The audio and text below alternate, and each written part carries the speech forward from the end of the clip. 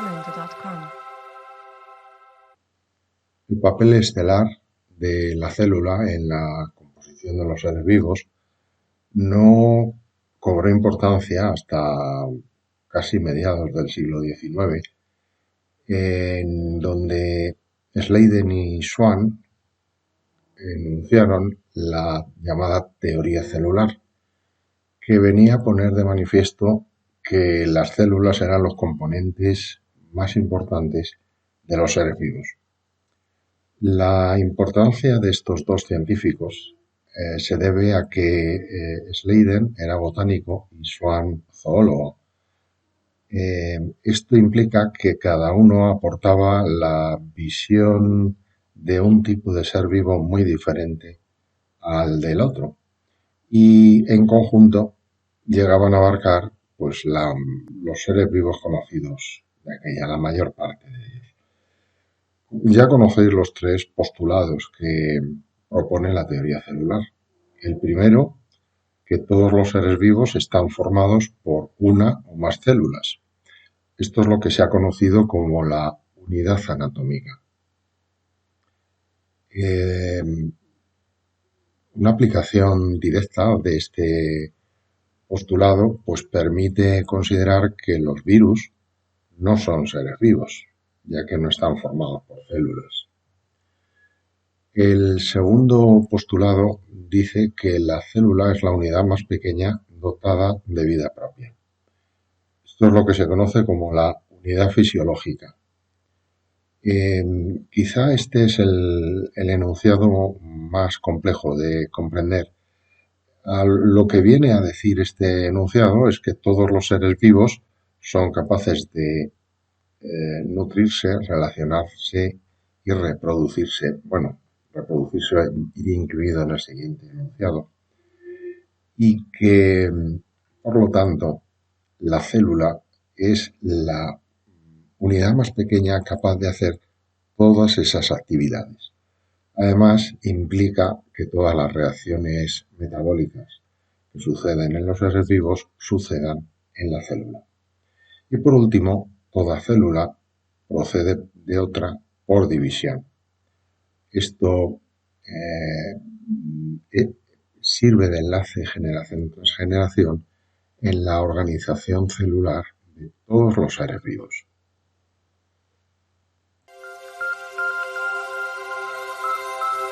Jamendo.com. Bueno, para Schleiden y Schwann había dos tipos de células, las vegetales y las animales. Sin embargo, el tiempo ha llevado a considerar otros tipos de células. Y concretamente, esta imagen que veis ha cambiado el panorama de los tipos de células no hace mucho. Lo que estáis viendo es un árbol filogenético, o sea, un árbol evolutivo, en donde se sitúan los tres principales tipos de bacterias, de células: las bacterias, las arqueas y las eucariotas. Se trata de un árbol obtenido comparando secuencias de ARN ribosómico. Y curiosamente, las arqueas, que se pensaba que eran los seres vivos menos evolucionados, los más antiguos de todos, ocupan una posición intermedia entre las bacterias y las células eucariotas. De modo que ni siquiera nos va a servir aquella idea que posiblemente os han contado de que hay dos tipos de células, las procariotas y las eucariotas, y que solo hay dos tipos de eucariotas, las vegetales y las animales. Vamos a ver qué tipos hay realmente. El primer tipo de célula es la célula procariota, aunque quizá deberíamos decir las células procariotas, porque veremos que hay dos variantes. Sí que es verdad que muy parecidas.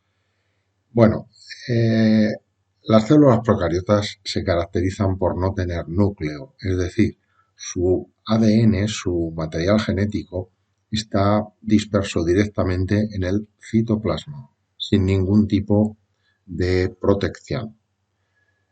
Otra característica muy importante es que la pared celular, todas tienen pared celular, pero no es de celulosa, sino de otro tipo de polisacárido llamado mureína en unos casos y pseudopeptidoglucano en otro caso.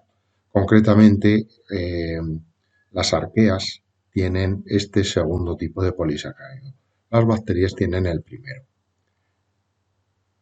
Cuando tienen flagelos, no todas tienen flagelos, es un flagelo formado por una proteína que se llama flagelina, que es distinta proteína de la que veremos en las células eucariotas. Y por último, otra característica diferente es que tienen un ribosoma 70S, para entendernos, un ribosoma pequeño, más pequeño que el de las células eucariotas. Por lo demás, en el dibujo tenéis representado pues todo lo que pueden tener una célula procariota. Cabe destacar, por ejemplo, la presencia de plásmidos, a veces, no siempre los tienen. Se trata de una molécula de ADN aparte de la del cromosoma. Por cierto, cromosoma que es único, solo tienen un cromosoma y es circular. En cuanto a orgánulos, pues no tienen ninguno, salvo los ribosomas. Y lo que sí pueden tener son acumulaciones, gránulos de alimento, por ejemplo, para almacenar sustancias de reserva. Y algunas pueden llegar a tener también por fuera de la pared otro recubrimiento que se llama cápsula. Las células eucariotas pueden ser de tres tipos, como vamos a ver. Pueden ser animales, vegetales o fúngicas. Todas ellas tienen núcleo y por lo tanto su material genético está aislado por medio de una membrana del resto del citoplasma. Además, si presentan flagelos, los flagelos son de tubulina, una proteína distinta de la que hemos visto en las células procariotas. Los ribosomas son más grandes, son del tipo 80S y pueden presentar toda una variedad de orgánulos membranosos que ya conocéis, el aparato de Golgi, el retículo endoplasmático, etcétera, de los que no voy a hablar. Pero sí que quiero centrarme en las diferencias que hay entre los diferentes tipos de células eucariotas. En particular, las células animales tienen como características, como señas de identidad, no tener pared celular. Los otros dos tipos vais a ver que sí que tienen pared celular. El centrosoma tiene centriolos. En la célula vegetal no ocurre lo mismo. Y la sustancia de reserva, el polisacárido de reserva que presentan es el glucógeno. Además carecen de cloroplastos porque son células heterótrofas y tienen vacuolas, pero estas suelen ser numerosas y pequeñas, a diferencia de lo que veremos en las células vegetales. Las células vegetales tienen las mismas características comunes que hemos visto para todas las células eucariotas y los rasgos distintivos son presentar la pared de celulosa. En el caso de las fúngicas vais a ver que la pared es de quitina. El centrosoma en este caso es sin centriolos. Esta es una diferencia importante. Además, el polisacárido de reserva es almidón en lugar de glucógeno. Presenta cloroplastos, son su principal seña de identidad, ya que son organismos autótrofos. Y por último, presentan pocas vacuolas, pero son vacuolas grandes que utilizan para almacenar diversos tipos de sustancias, pero sobre todo agua. Bueno, y el tercer tipo de célula eucariota es la gran desconocida, porque creo que puedo jugarme una mano y no perderla a que solo se han hablado de células animales y vegetales. Pero resulta que las células de los hongos son distintas. Son distintas por varios motivos. Primero, tienen pared de quitina, cosa que no ocurre en ninguna de las otras dos. El centrosoma es con centriolos, igual que el de las células animales. El polisacárido de reserva es también glucógeno, como en las células animales, y no tiene cloroplastos, porque son células heterótrofas como los animales, es decir, y las vacuolas son pequeñas. O sea, si os dais cuenta, son unas células muy parecidas a las de los animales, se han asimilado siempre a las de los animales, pero tienen una gran diferencia, y es que tienen pared celular. Tienen pared celular y además es de quitina, de una sustancia diferente a la que presentan las plantas. Y vamos a terminar el vídeo hablando de un tipo particular de células, porque hay seres vivos que son unicelulares, entonces pues se ajustan a cualquiera de los tipos que acabamos de ver, pero otros muchos seres vivos son pluricelulares y presentan células de muy diversos tipos. Sin ir más lejos, en el caso humano hay cerca de 200 tipos celulares distintos y todos proceden de una sola célula, el cigoto. Esto es posible gracias a las llamadas células madre o células tronco, como veis en la denominación inglesa.